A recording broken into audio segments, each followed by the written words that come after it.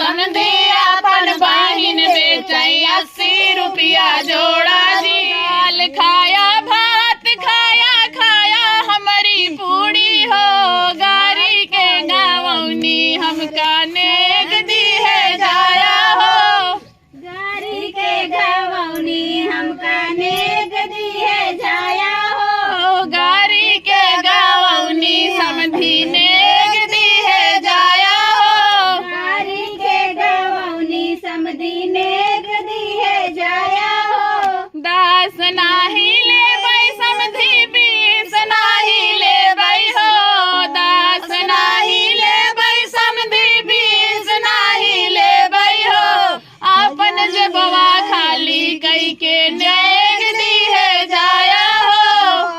अपन जबवा खाली करके नेग दी है जाया हो। दाल खाया भात खाया खाया हमारी बूढ़ी हो, गारी के गावनी समधी नेग दी है जाया हो। गारी के गावनी समधी नेग दी है जाया हो। गारी के गावनी समधी नेग दी है जाया हो। गारी के गावनी समधी नेग दी है जाया हो। जाना अपी नहीं है हमारे जो बेटे लगे ना कापी बाटे एक डायरी वो वाइट वही वाला लेके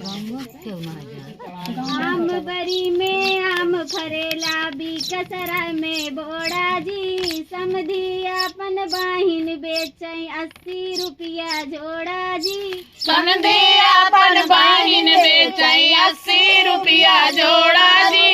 बेचत बेचत संध्या होई गई बहिन ना बेचाई जी। बे बनिया तू से तई ले जा बहिन नार जी, हे बनिया तू से तैले जा बहिन बाछी नार जी। आम बरी में आम फरेला बीकसराय में बोड़ा जी।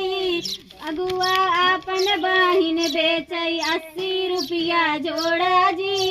अगुआया अपन बहिनी बेचई 80 रुपया जोड़ा जी। बेचत बेचत संध्या होई गई बहिन ना बेचई जी। हे बनिया तू से तई ले जा बहिन बाची नारियू जी। हे बनिया तू से तैले जा बहिन मोर छीनार जी।